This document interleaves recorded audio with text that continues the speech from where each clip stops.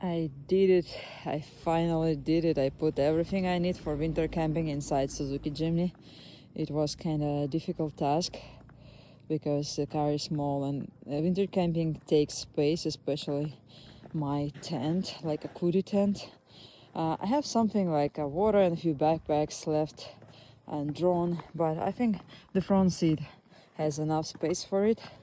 I put light items inside of the roof box, and the rest of things I kind of played Tetris here. So the sledge, I think it's a fishing sledge or how you call it in English.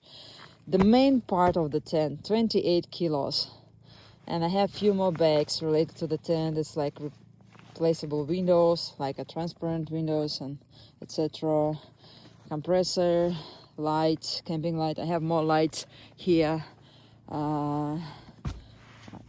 Nature hike, how it's called, mattress, bed.